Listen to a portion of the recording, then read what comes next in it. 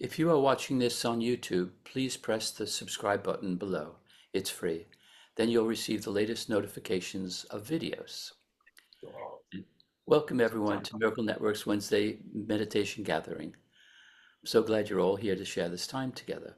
This week we have Lia Steinson who will lead us in meditation. Then we have 20 minutes of silence. After that, we're going to open it up for sharing and we end at 10:45. Over to you, Lia. Thank you, Jan. It's really lovely to be back again.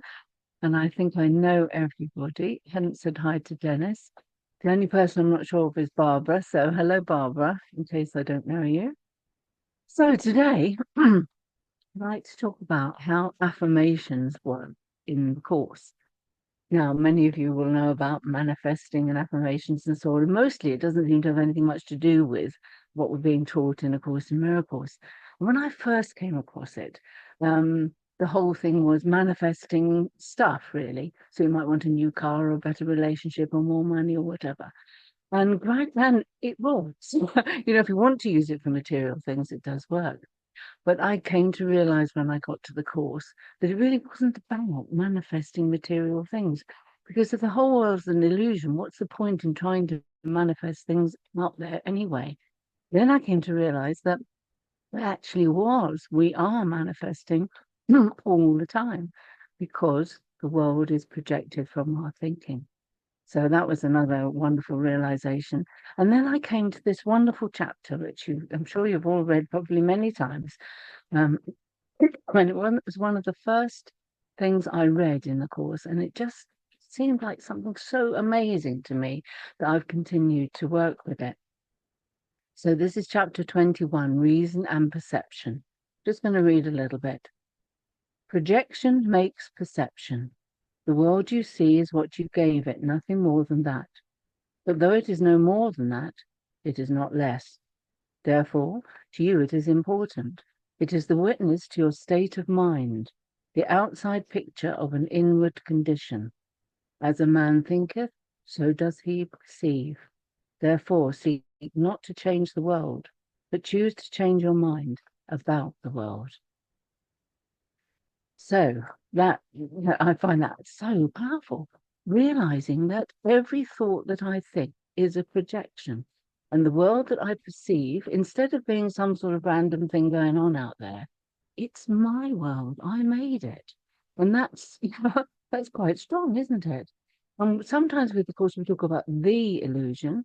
What I also realized there's a joint illusion that we create together.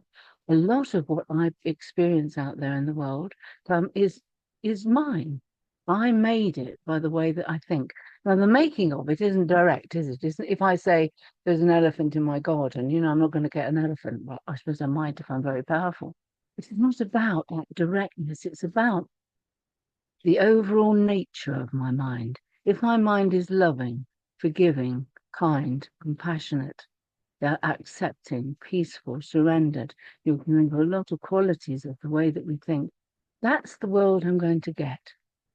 So I think just really holding that for me empowers me to really consistently work with what am I thinking? And if you think about it, we're thinking most of the time, aren't we? The thinking kind of does itself, doesn't it? In the East, they call it the monkey mind. It just bops about between different thoughts and different trees, and one thing links to another. But we're not conscious that the way that we're thinking is constantly being projected out there and reflecting back to us, and we're perceiving what we put out into the world. I know that in a way we kind of know this, don't we?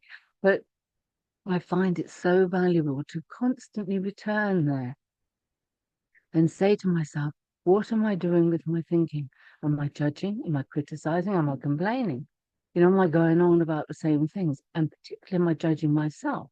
Because if I'm judging myself, I'm going to feel guilty. The only way we get rid of our guilt is to put it out there. So we project that guilt out into finding things wrong with the world. So it's constant going round and round. This way of projecting out from our mind. And I think that we have to learn to be very, very vigilant And Jesus uses this word sometimes. What's the lovely one? Be vigilant only for God and his kingdom. Yeah. So this vigilant in our mind, that we don't just let our mind ramble on and do its own thing, because it's always projecting out there, and when we're then perceiving what we have projected. So then I began to realize that in the Course, Jesus is always giving us affirmations. So this was really exciting because he is, without saying it specifically, he's illustrating the divine universal law that the way you think is what you will perceive. Yeah? So he is always taking us to a place where we're saying things and learning things that feel a little bit hard to get a hold of. And I'm thinking things like, if we were to say things like, I'm the perfect Son of God, and when you say that, do you absolutely believe it? Isn't that a bit of you says, well, I don't know really. Or some days you might believe it, other days you're a bit unsure. And things like, I'm among the ministers of God. When I first started working with that and teaching it in sessions, people would say, no, I can't be me, I can't be a minister of God, So they were denying what Jesus had given us as our truth. And things like, I walk with God in perfect holiness. Do you believe that all the time? In every step you take, in every move that you make, in every thought that you think, do you know that you walk with God in perfect holiness? Or do you maybe get it for a minute and then lose it again? Because the ego is ever present, isn't it? Trying to deny everything and take away from us these perfect truths. On this lovely one, I feel the love of God within me now. Would you feel that all the time? Yeah, it does not tell you when you have a really bad day and things didn't go right and the dog died and your favourite television program's not on. In that moment, do you feel the love of God within you? Possibly not. Yeah? If you're really enlightened, yeah, you might do. And this is what we're eventually moving to, aren't we? To know this deep, deep truth within us at all times, regardless of what seems to be going on out there. So what I'm really saying is, and the last one I particularly wrote down, I love it. I am as God created me. And then I have to think, well, God didn't create bodies, so what am I? And that's a whole investigation, isn't it? So what I'm really saying is that if we could see teachings like this from Jesus as affirmations, the point of affirmations is that you affirm something you haven't yet fully realized. You don't affirm, I've got two arms, because you don't need to affirm that. It's evident, even if it's not real. We affirm things that we haven't fully got yet. Yeah? So when you look at things in the Course, if you look at it from the perspective, have I fully got this? Jesus is telling me this. Do I really believe it? Have I got there? Have I got doubts? Have I got resistance? Have I got stuff going on that gets in the way of that? So you work with the teaching as an affirmation, and you get to the place where the ones you recognize you haven't fully realized yet, you keep them going in your mind and your heart. You keep affirming them, and you learn how to embody it. I mean, for example, if I say, I am as God created me, and I say, I am as God created me, you're not going to believe me, are you? And if I say, I am as God created me, you're not going to believe me either, because it's just ego. But there's a place. Yeah, there's a place where you can say it. I am as God created me, which allows you to get it from a few words in your head into the deep recognition in your being. Yes. So saying these things out loud is really wonderful. So what I recommend is that you go through the Course from this perspective, and the lessons are easier to work with straight away. And you say, which of these things have I really got? Which ones am I still struggling with? Which ones do my ego say, no, no, no, that can't be you?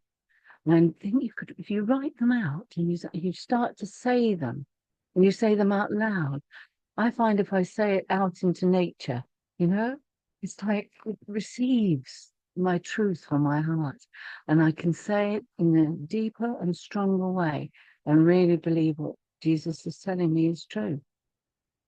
So, I think there was one more thing I wanted to say before we do the meditation. Oh, yes, I think there are many affirmations in the Course that we do believe, or what I call affirmations, like things like, I am upset because I see a meaningless world. You don't really need to affirm that one, do you? It's that the world is meaningless. It's dark and cruel and unkind. So we don't need to affirm things like that. We need to affirm those big truths that Jesus is asking us to fully inhabit from the depths of our being. And the more that we say it with the greater conviction, the more we take ourselves into realizing the truth. I think of the word realizing, yeah, because when we have thoughts in our head, and even if we know them to be true, if it's just in our head, it's not going to work. We need to really concentrate on bringing realization. I think of that as being in our heart, in our whole being. We really got it, yeah. It isn't just a thought. We've really got it. So, before we do the meditation, I just ask you, obviously, that there'll be some thoughts that you've had there. It'd be really great if you have some questions on how this works in the Course, on what Jesus is asking us to affirm and move ourselves into. Because if you've got some questions, it really helps to, go more deeply into the theme of it. And one more thing I wanted to say, which is to understand that there is what I call a dynamic tension between what you seem to believe and what you're being told is true. So when Jesus says something there, like I am the perfect Son of God, that is out there somewhere for most people who haven't fully got it yet. We're trying, we haven't fully got it. Then there's a belief inside that, well, I'm really quite small and it's not me. No, I can't really be that. Other people might. There is what I call this dynamic tension between what your ego tells you and what Jesus tells you. And when you work with recognizing where you resist the old beliefs that you've got, and you really work with inhabiting what Jesus is telling us is true, one or other has got to go, hasn't it? You can't hold two opposing beliefs, can you? You cannot live in two worlds. It's not possible. So as you recognize both, one, hopefully, the truth is going to pull you more and get you to work with the ways in which you doubt, the ways in which you say, no, maybe that isn't true. Right? So really it's working with both opposites of the spectrum. So eventually you let go of all doubt. You totally surrender and you really believe, we really believe that we, this one being, are the perfect Son of God. For the meditation, I'm going to just gently lead you in, because I think that for most people, meditation is the most wonderful and the hardest thing that you can ever do. Because the ego wants to go off somewhere, doesn't it? Like what you're having for dinner and stuff. So, holding ourselves in that deep place is hard. So I'm just going to gently lead us in. And I'd like us to use one of the, what I call affirmations from the Course. One of my favorites, love which created me is what I am. Yes, I'm going to say that a few times and help you to sort of say it a few times as we go into the meditation. And then gradually, I suggest that you shorten it right down and you come to I am love. You don't need anything more than that eventually. And you just feel those words moving with your breath. I am love. And the more you say it, the more you allow that truth to work in you, the more you will feel it. And you might eventually stop saying anything. If you can rest entirely in silence, that's the very best of all. But we'll gradually move there. And I'm going to bring you back just with my voice too and ask you to gently return. Okay, so if you'd like to close your eyes,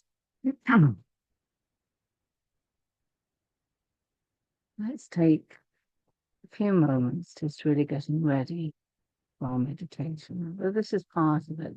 The way we prepare inside ourselves is very important.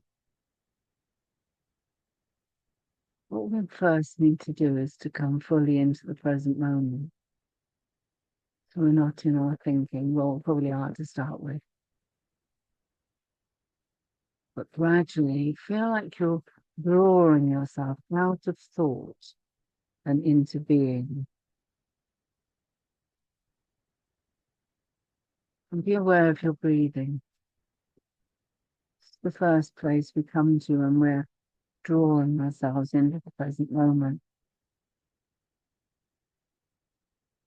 Notice the feel of the breath on your nostrils. And see if you can just simply follow it in and out. It moves in and out.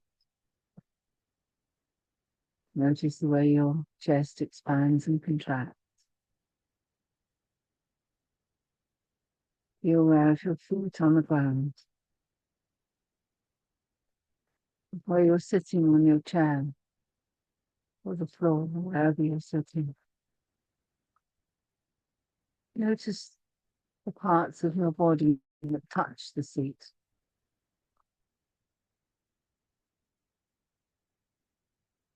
Soften into your eyes, just let them be very lightly closed. Soft down through your cheeks and into your jaw. Let your teeth work.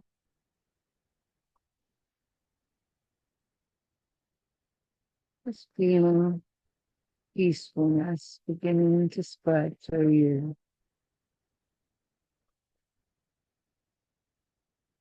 If there's any discomfort in your body, just pay attention to it just a moment. Send it low. Let it be. Include it in your meditation. And your breathing is probably slowing right down. Just relaxing into this moment.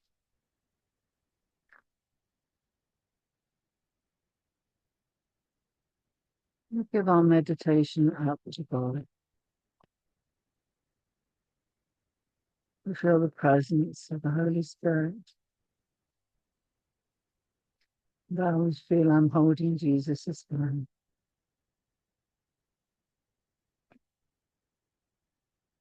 Be aware that there's probably still some thoughts going along.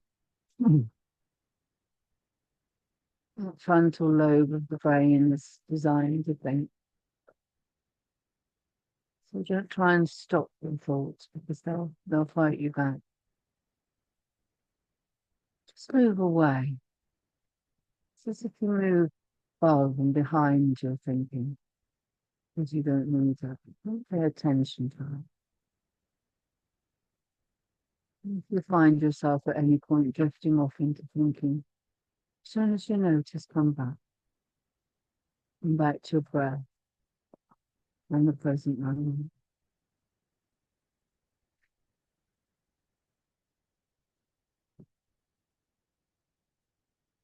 Now the beautiful lesson from the course that we're using as our focus. It's so good that we're all doing this. It empowers us, joins us in our oneness. Love, which created me, is what I am. Just gently, quietly, but with conviction, repeat that in your mind. Love, which created me, is what I am. Love, which created me, is what I am.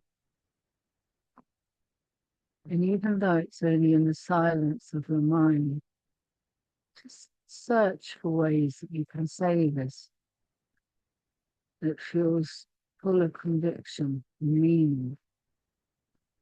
You might have a sense of surprise or wonder as you fully enter into this teaching, this beautiful affirmation. Love, which created me, is what I am. I'd like to stay with that. So if you can fit it in with your breathing.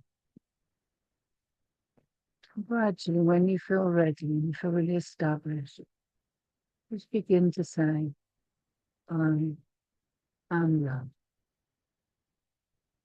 And keep that flowing, knowing that we are saying it together with strength, profound meaning. And if ever you feel ready, just report words and rest in the silence of your mind until I call you back.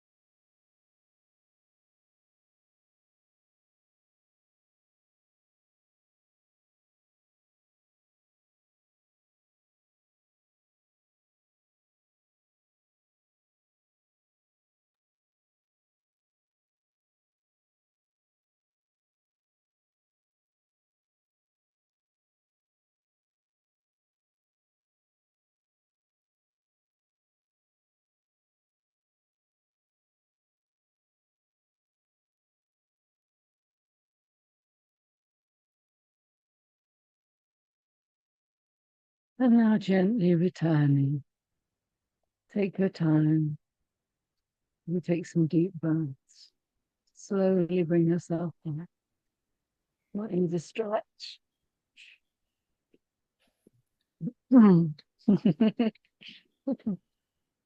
Lovely. Welcome back, everybody. If you'd like to share, raise your hand and I'll invite you to take yourself off mute. You could also use the electronic hand at the bottom of the screen. Who'd like to share?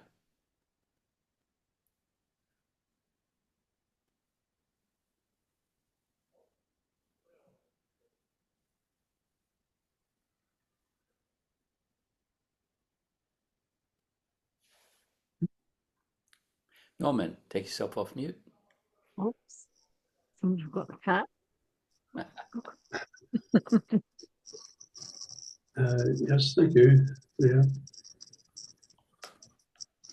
You mentioned the Eastern monkeys, and I immediately thought, hear no evil, see no evil, speak no evil.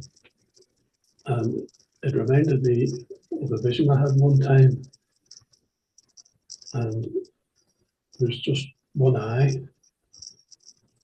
one ear, and a mouth. And I thought, that's the all seeing eye. That's the all listening eye. And that's a mouth that speaks. And I had a full impression that it was God sees only love, He hears only love, and He speaks only love. But then I saw a shoulder, and I thought, oh, I'm getting a cold shoulder here. But when I looked again, it had a nice warm iron sweater on it. So I thought, I can always snuggle up to God's love anytime I'm feeling down and never be refused. But it wasn't during the meditation when I was reminded, if you like, of that initial dream or vision. But it was much more warmer this time. That's where all the love came in. And it was just nice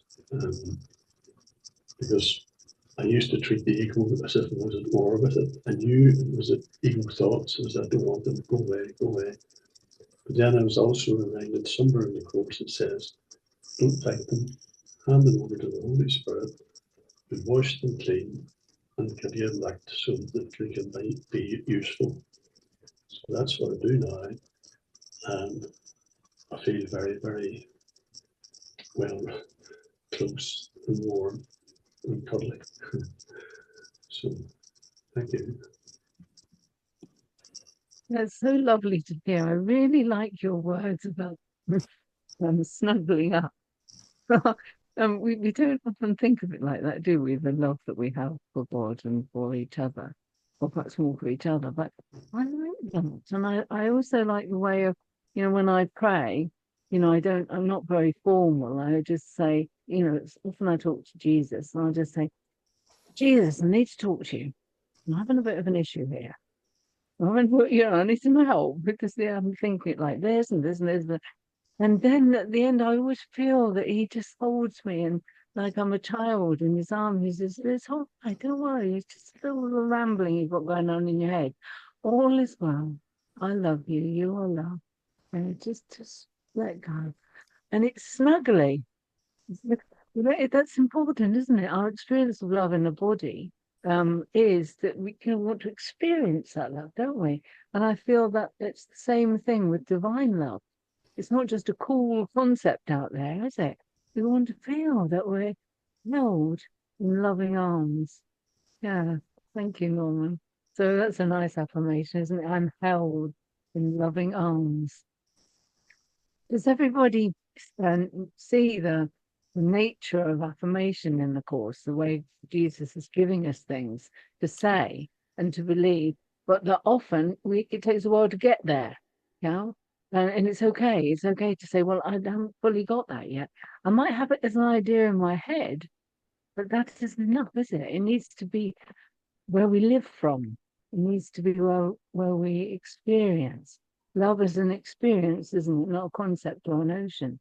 So I think all of this is leading us towards that, that really profound, deep, beautiful, lovely, smuggly feeling that Norman talks about.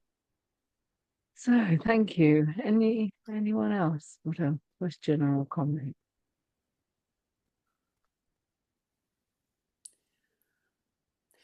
Angela wrote something in chat. Thank you, Leah, for a soothing meditation and loving affirmations. Beautiful. That's lovely. Thank you, Angela. Has anybody used affirmations in general in their life before coming to understand the nature of affirmations in the course? One or two little nods there. So how does that relate for you to what I'm talking about these the way Jesus gives us true affirmations to use, not ones that are anything to do with the ego?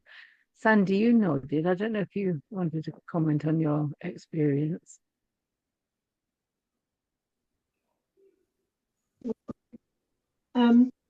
Yes, I liked what you said at the beginning as well, that we are affirming all the time, whether we're doing it in a loving way or not, that, we're projecting out. So that was quite an aha moment for me in thinking about that. And yes, obviously the way the course works with affirmations is very different, but I find more potent, isn't it, really?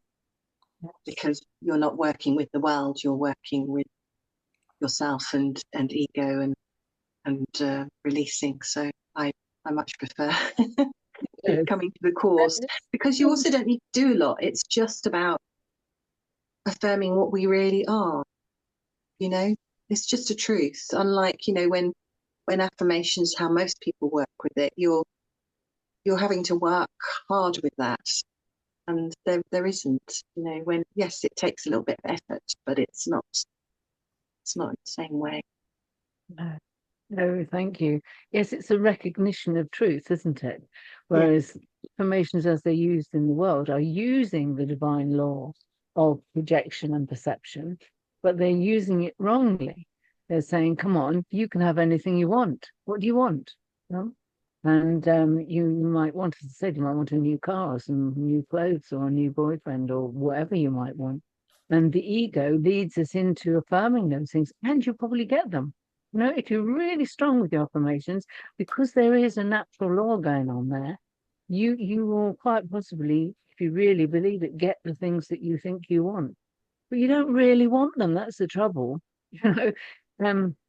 If you ever found yourself really wanting something, and then when you get it, it's a bit like, okay, yes, that's nice, but I remember my partner Ray saying that many, many years ago, he desperately wanted a new flat screen television.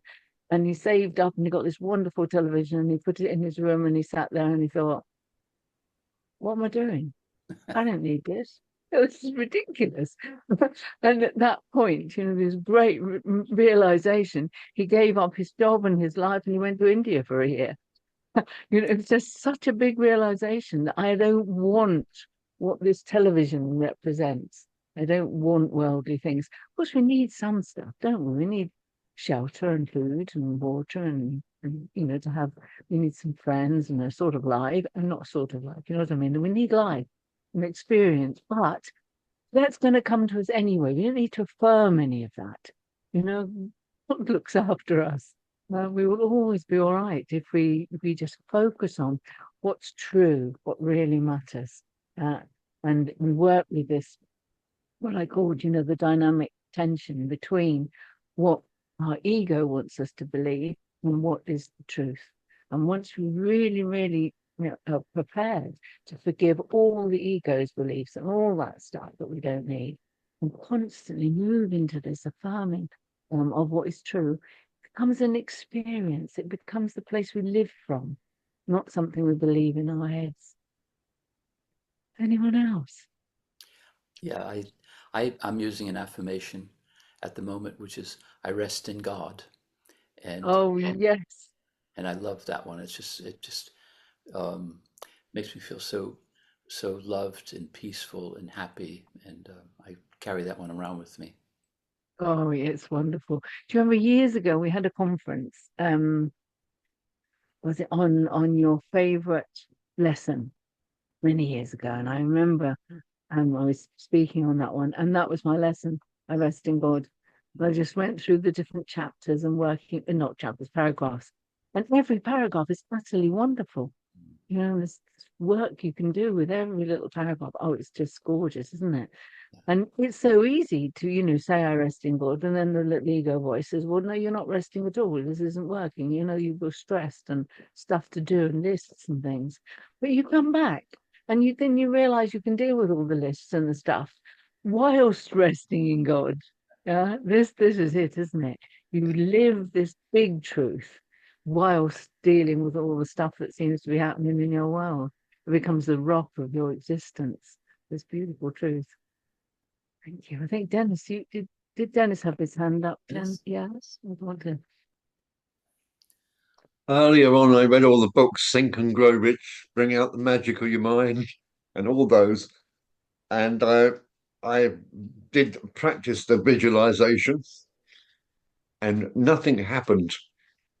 I realized now I was making the illusion reel for the shabby toys of earth.